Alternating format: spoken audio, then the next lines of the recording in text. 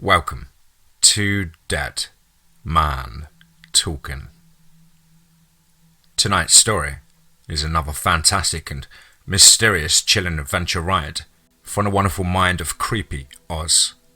As ever, please do let us know what you thought down below in the comments box. Please do like and share. It really does help build the channel and our community further. And why not hashtag TeamFEAR and DMT's Cryptid crew. And so, with that aside, let's get into tonight's story, entitled The Perth Canyon Incident. Let's get straight into that.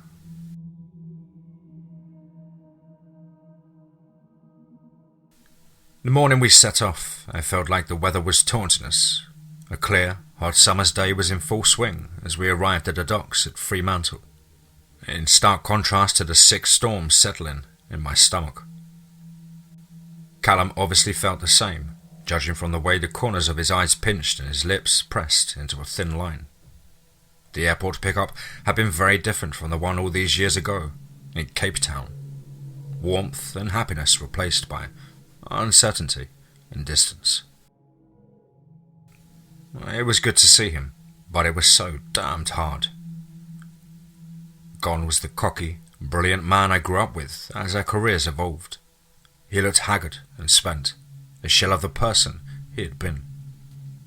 This trip, I was running a skeleton crew. I pushed for it, because, ostensibly, when we were just testing the equipment, well, I looked for something interesting I heard, which was more of a criminally oversimplified statement than an outright lie. The horror we endured the last time we ran into one of those things certainly played a lot more of a part in that decision. If we were sailing straight into the teeth of the beast, so to speak, I didn't want to be putting dozens of people at risk. We were heading some 100 kilometers from Fremantle, out to one of my favourite sites. As we set out, Callum and I sat down with my research partner, Lucy, and discussed what little we knew about the creatures. Lucy and her PhD student Ryan both believed that there was a known explanation for everything that had happened, and both tried to rebut our theories. It was pretty hard to rebut all the bodies, though. At some stage during our discussion, it became clear that we knew absolutely nothing about what we were looking for. We didn't have a name for the creature yet. Callum, who had spent so much time poring over history, looking for any correlation, decided to call them aspids. The aspidichalon, he explained. It was a monstrous creature that was said to rise from the deepest ocean and destroy ships. In many legends, it employed a lure to attract prey and roared with the voice of God. Of course, it was also supposed to be the size of a nation and carry an island on its back. But fishermen love a tall tale. I doubt these things have anything to do with the original myth, but we know they use laws, and you could certainly say they had the voice of God. I couldn't help but think it more appropriate to say they had the voice of a demon. Aspid did seem fitting and had an added benefit of sounding vaguely scientific, though. So, it stuck. This was going to be a very different expedition. Callum had tried to get down and see our quarry up close and personal, but I had other ideas. And clearly, the aspids used sound in a highly specialised way, and I hoped to use that in our favour. Armed with recordings of the aspid's coda, the best quality, unidentified shriek Callum could clean up, and the imperfect recordings he took in a New Hebrides trench, we planned to constantly pump noise into the water in the hope of eliciting a response. Of course, our encounter and the dead fishing vessel weighed heavily on my mind. I had gambling, the original tragedy, being a rare incident, a misidentification, or an aggressive individual, and I was hoping that any response from the aspid in the area would be a vocal one. Callum thought it was likely the ill-fated fishing vessel got caught in a predation event, or perhaps fouled the creature in its miles of heavy-duty line and drew a reaction. That's what we were telling ourselves, anyway. As the ship crossed into the sapphire blue of the deep water, Lucy found me standing by the railing. "There's really something to this, isn't there?" I must have frowned. "I don't mean anything by it, it's just that, well, it all sounds so weird. We've been conditioned to think that we know more than we do, I guess." She nodded at the ocean. "We're within sight of the coast, and the water is already so deep that human beings can spend more time in space than we can down there.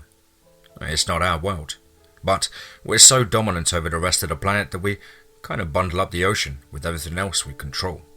Honestly, Dr. Short has a bit of a reputation, and I can see it in his eyes. But I know you. You're still rational, and if you back his story, then I have to believe it. I think. I don't know what's down there. I'm not sure if I can fully accept a gigantic ship-killing monster, but I do believe that the official story isn't the truth either." "I meant more than it maybe should have, honestly." Lucy was a great scientist, but she was very much a traditional one. She steered well clear of things she thought were too far out there, and sea monsters were definitely one of those things. My research site was a place called Whale Alley. It was a small ravine that snaked up from the southern side of the main canyon, creating an upwelling as the deep current from the west forced its way up the narrower chute. As Callum had found in the Pacific, the aspids were attracted to places where the deep water pushes into areas with shallower waters, and their prey could dive down into an ambush. I had to assume they preyed on other large sea creatures too. It didn't seem sustainable that they would feed solely on sperm whales, and Whale Alley was the perfect spot for a big squid. It just seemed like the kind of place the creature would be hanging out if it was still around. We arrived on site with a few hours of daylight left and a flurry of activity on the deck. Callum wanted to get everything happening at once. After a bit, I had to take him aside and tell him to cool it for a while. There was a hint of madness in his eyes, a drive that I wasn't sure was healthy, and I didn't want him creating angst between the already stretched crew. I did, however, get out the hydrophone receivers and prep the ROV, which would run indefinitely whilst operating on tether. All was quiet as night fell. Callum had sequestered himself in one of the labs in Huff. Ryan was having a few beers in a common area with the crew, and Lucy and I were hunkered down in a lab listening to Callum's recordings. There were a lot of murky, far-off somethings that were completely unrecognizable. They sounded strange, but could have honestly been anything. The recordings from the sub in the Hebrides Trench, though, were downright terrifying. I had hoped I would never hear that awful shriek again, but there it was, high and loud, and with a resonance that punched you in the chest. I was racked with shivers, even though the distortion caused by the water leaking into the damaged mics when the creature grabbed the submarine. Lucy's eyes flew wide, too, as the cry resounded around the lab. "Holy shit!" It was more than I could muster. I had to settle my racing heart and fight back tears. This sound was shorter and sharper than the sonic stun we'd previously encountered, but it was clearly related. Even Lucy was trembling, the call still carrying enough power trapped within our recording to shake her. I felt very small, the knowledge of the yawning ocean beneath the hull inducing a gnawing sense of thalassophobia. Lucy put her arm around me. "What was that sound?" I shook my head, still struggling for words. "No, it was much, much worse. Take that, amplify it, and have it go on in 10-minute bursts, and you'll come close." I shook the tears from my eyes. "These things are lethal, Luce. I should never have brought you out here." Lucy shook me, jokingly. "Are you insane? This changes everything. I was on the fence here, but no animal I know could make that sound. If we're out here to get evidence of a new species, and a big one, then I wouldn't miss it for the world. Hey, you were being ambushed last time. You came across one of these? We're prepared this time. We're not going to get ambushed again. I felt a little bit better then. We weren't blundering blindly into a lethal situation. We knew what might be down there. At the same time, I couldn't help but wonder, were we actually prepared at all? Well, I didn't sleep that night, still hoping with nervous energy and gripped by a sense of dread that seemed to seep through the hull of the abyss itself, coiling itself around my bones. And somewhere below us, cloaked in the shadows of the inky deep, I was sure death awaited. I spent the night listening obsessively to the hydrophones and watching a feed from the ROV, which hovered 150 meters below us on the tether. My headphones were alive with the sounds of the ocean, the machine gun staccato of hunting sperm whales, the distant, mournful song of a lonely humpback, and the endless buzzing produced by the millions of smaller creatures. And despite everything, it was almost soothing, a familiar drone that helped calm me down and feel more comfortable. After a while, I noticed something else was way off in the distance. It was a kind of creaking groan, almost like the call of a bowhead whale, but much deeper. In fact, I almost passed it off as a bowhead, but my subconscious nagged at me. It wasn't anything I recognized straight away, and more out of interest than anything, I clicked the record button. Slowly but surely, the sound got louder, and the threads of dread that had finally loosened their hold started to tighten again. Whatever was making this sound was big, and it was getting closer. Soon, I heard a response, a second call answering the first, similar but slightly different in tone. I was even more inclined to think they were bowheads then, until I realized that the other large animals had gone very quiet. The humpback stopped calling, and the sperm whale shut down their echolocation. And then this new sound abruptly stopped as well, and I was left with just the background noise. I listened through the night, but nothing else out of the ordinary happened. And just on sunrise, I heard the sperm whales again, clearly confident enough to hunt once more. I figured that whatever had been happening down there to hush them was over. The normal sounds of the ocean returned to their usual persistent drone. Eventually, I dozed off, despite the rapidly brightening sky.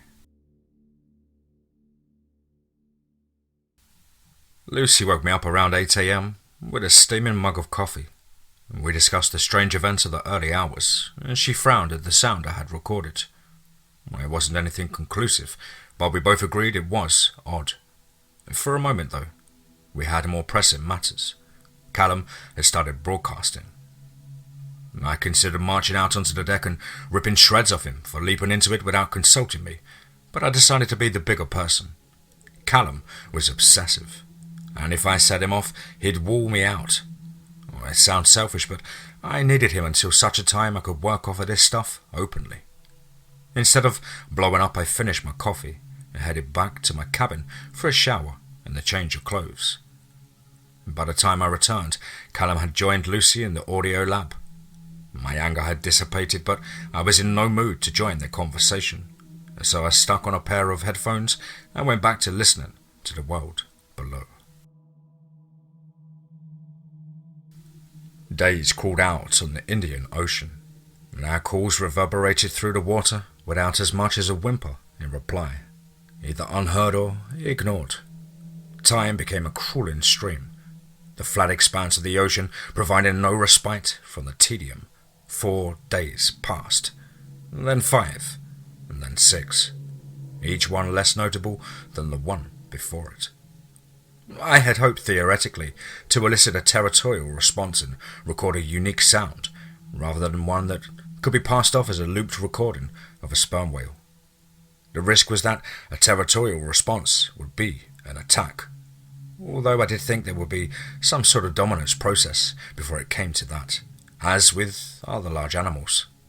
Of course, that hinged on the animals being territorial, but I had felt sure that such a large predator would be hardwired to protect its space. As it turned out, I was right. I just wasn't looking at it the right way.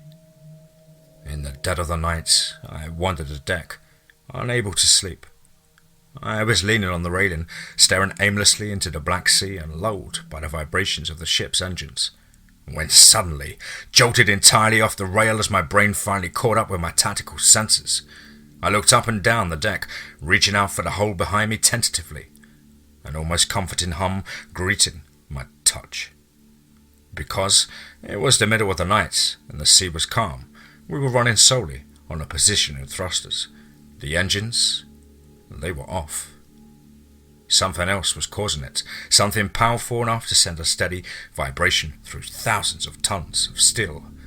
And there was only one thing I could think of that was capable of doing that. Every previous response had been geared towards us as outsiders. In the Pacific, Callum had twice startled the animal, clearly demonstrating to it that he was not one of its kind.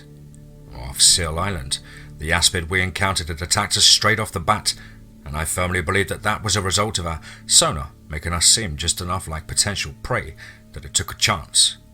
Now, though, we were trying to fool any aspids in the area into thinking they were responding to their own kind. Yet we had gone into the whole experiment expecting the kind of response they'd given us in totally different situations. I guess we were in completely unknown territory, but I felt like I should have seen that flaw in the plan earlier. We had discovered an animal with a very complex sonic abilities, but the fact that it was completely unknown, despite being gigantic and capable of making a sound so loud that it killed, spoke to the subtler communication method. In the lab, I fiddled with the playback, experimenting with the frequencies until the call came through as clear as day. An almost constant, throbbing croak, too low for our ears to hear it without help.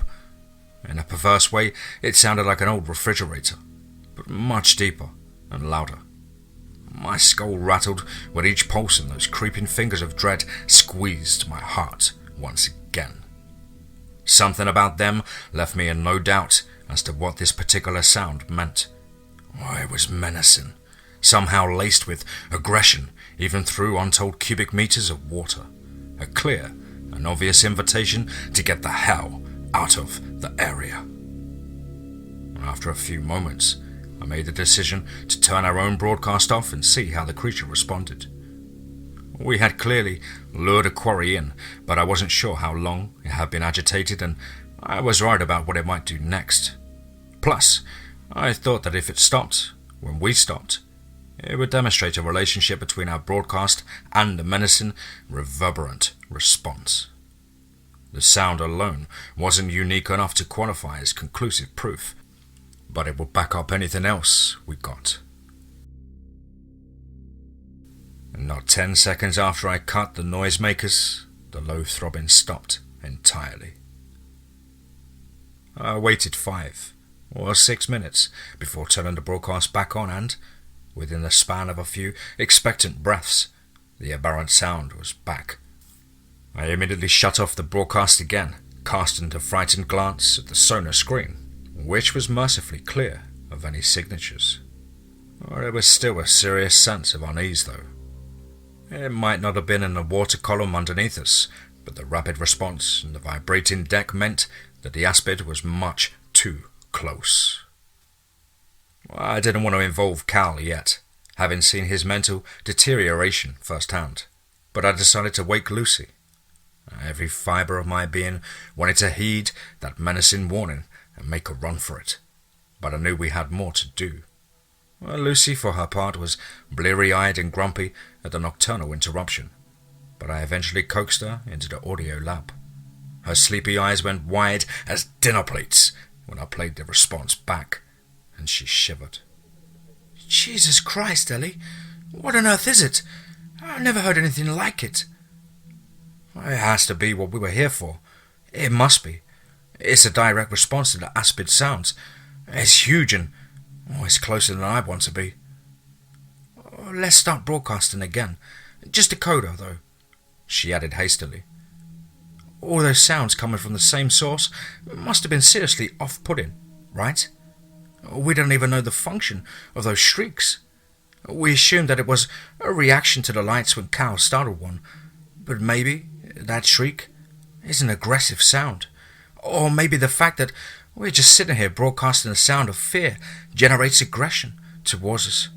The same way playing the sounds of an injured lion can generate a defensive response from other lions. The coda is just a lure. The response might be different. She made a lot of sense, despite the moonlit flashes of slick, dark skin that evaded my mind, and the sound of blood pouring in my ears as my heart rate spiked. I nodded, struggling to control my fear. At first, there was no response to this newly streamlined stimulus. The ocean was relatively quiet, as we had noticed it became whenever the aspid calls were sounding out, and there was nothing but a background clamour. We sat and we waited as the hours ticked by, registering relative silence on all frequencies, until a couple of hours before sunrise. And this time there was no threat, no attack, nothing took us by surprise. Instead, it almost seemed like a question boomed through the hushed sea. The call I had heard very early on in the expedition, the one I had mistaken for a bowhead whale, sang through our headphones, and Lucy and I jolted back to full awareness together. I was much closer this time, almost probing in its intensity, and clearly didn't come from a bowhead whale on Earth. We both shared a look of pure trepidation, but as the call continued, its strange beauty seemed to allay our fears. This was not an aggressive behaviour. It was the curiosity of an animal much more intelligent than the average fish, an animal that wanted to know who or what we were. Now, the issue, of course, was that while we knew this was no bowhead, it was similar enough that it could have been passed off as one, and thus ignored. I had no doubt I would even be written off as a hoax, tarnishing our reputations in the process. It was slightly maddening to have such a clear audio callback recording, and to know that it wasn't enough. We needed something more. I saw my chance maybe half an hour later, way down in the water column, slowly rising off the bottom and somewhere off to our starboard side. A massive arc appeared in the sonar screen. This thing was gigantic, far larger than what we had encountered off South Africa, and my breath caught in my lungs at the sight of the impression that it left on the sounder. Unlike the previous encounter all those years ago, this was rising lazily, as though totally unflustered by the vessel it surely knew was somewhere above it. It was a totally different approach to the one I had suffered through previously, and I couldn't suppress the thrill of a potential discovery as the scientist in me started to take charge again. The ROV had been out in the water, but at that point it was idling quietly on a long tether about 100 meters below the ship, just floating with one low-light camera running. We were only in a couple of kilometers of water, and the tether would easily allow the ROV to meet the creature as it rose from the deep. If I was very lucky, I might just be able to get a look at it. My plan was interrupted by Callum, who entered the lab just as I was starting to take the ROV down. With the sun maybe an hour away, he had woken early to start going over the night's recordings. He frowned when he saw that most of the sound had been turned off. "What's going on? Why aren't we broadcasting?" My eyes flicked to the sounder, caught up in piloting the ROV as silently as possible. Long story, short version, there's an animal under the boat right now. It's interested in the coda and we're trying to get footage of it before it spooks. I expected Cal to be interested, at the very least. What I didn't expect was the look of sheer rage that contorted his face as he rounded on me. "So why the fuck aren't we broadcasting?" His voice was horrible, a snarl, enunciating his words deliberately and forcefully. I wanted to slap him, but I was busy trying to sneak up on a gigantean beast from the bottom of the ocean, and so I snarled back instead. "We are How do you suppose it would be interested in the coda if we were not broadcasting a coda for it to be interested in? My sarcasm, though, fell on deaf ears. Who gives a shit about the coda, Ellie? We should be pumping this noise out as loud as we can. We need a reaction, not a mild passing interest. I was getting really pissed off by this stage. Well, Callum, the big scary Leviathan currently moving up the water column certainly seems to be interested in the coda. All we got when we were spamming random sounds was something that sounded very much like a territorial threat, and I for one am not keen to provoke another aggressive act. I fixed him with a glare. I'm sure I don't need to remind you who invited whom on their scientific expedition, Doctor. I'm not sure if it was the pointed jab at his fall from grace, or if he just snapped. But before I knew what was happening, Callum had pushed Lucy out of the way, flicked on the idle hydrophones and started blasting his cacophony out around us once more. My heart sank, terror sitting laden in its place.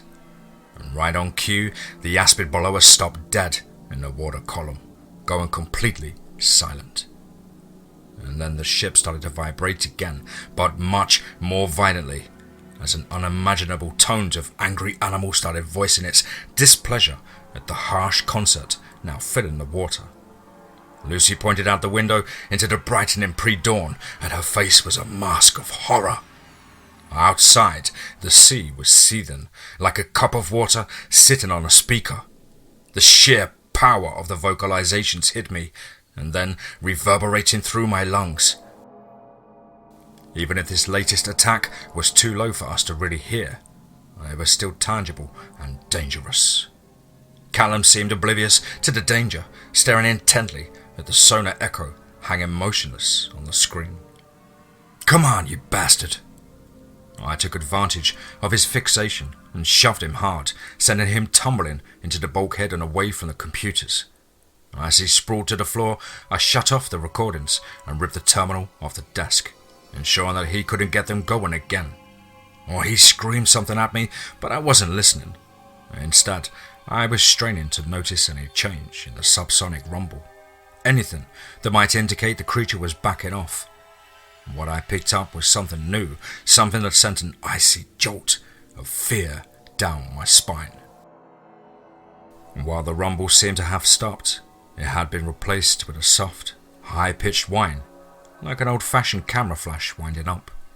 For the briefest of moments, I was absolutely convinced that it was the beginning of a sonic attack like the one that had nearly killed me over Cape Town. But it never really increased, and I quickly realized that was stupid. Organic sounds don't need a warming up period. What I did notice, though, was that the arc on the sounder was rising again. That whining sound was a constant, and the creature seemed to be heading for the surface. Callum and Lucy were staring slack-jawed at the sonar screen, but I focused on the camera feed from the ROV. It had been positioned quite close to where the aspid was, and I hoped to at least get a glimpse before I died. And within seconds, I was looking at a dark wall of flesh that sent the ROV spinning before the screen went to dark as the tether was severed and the ROV was lost.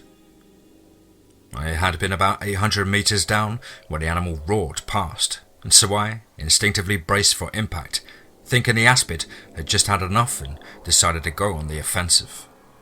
The impact came, but it wasn't the fatal collision that I was expecting. I had still hit hard, knocking me to the floor and snapping my arm with a sharp crack and hot flash of agony, but I had thought that a creature that size would break the back of the ship and send us all plummeting to the bottom. As it was, we would quickly discover that the damage to the rudder and the propeller shaft was considerable, and slow leaks had breached the hull in several places. Once again, an encounter with one of these creatures had left us bruised and battered on the open ocean. I believe we were incredibly lucky. Sometimes, the big bulls of several whale species will ram ships in an attempt to push them out of their space, but they hold back so as not to cripple themselves. I believe that was what happened off of Perth. We eventually pissed off an aspid just enough to make it want to give us a nudge out of its territory. I couldn't get past the fact that I had encountered one of these creatures twice, and both times I had barely escaped with my life. Lying at home with my arm in a cast several days later, I decided that enough was enough. It was far too dangerous to get close to these animals by conventional means, and there was no guarantee I would be lucky a third time. Callum made a sheepish attempt to apologise, but I couldn't bring myself to speak to him. He had almost got us killed, and so I told him he could have his obsession. I was done. I would have been happy to close the book on the aspids there and then, to leave them as a dark and dangerous part of the world we have no place invading anyway. And sadly, the story wasn't quite finished. And Callum ensured that there would be one more tragic chapter before that could happen.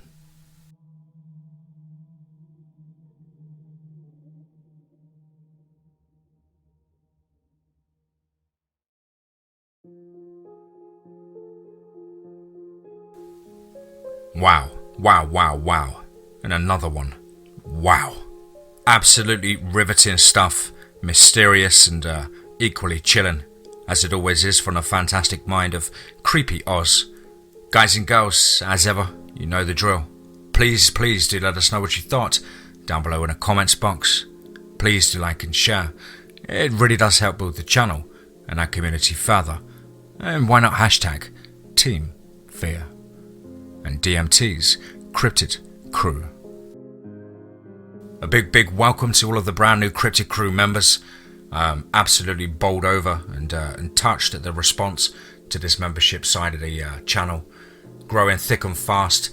Since I checked last night, we was on 67 members on the Cryptid crew, so thank you all so much.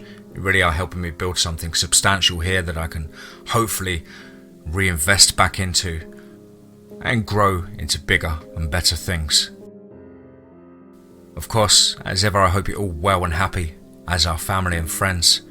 You're trying to keep busy and focused as possible. And above all, remember, be safe, not sorry.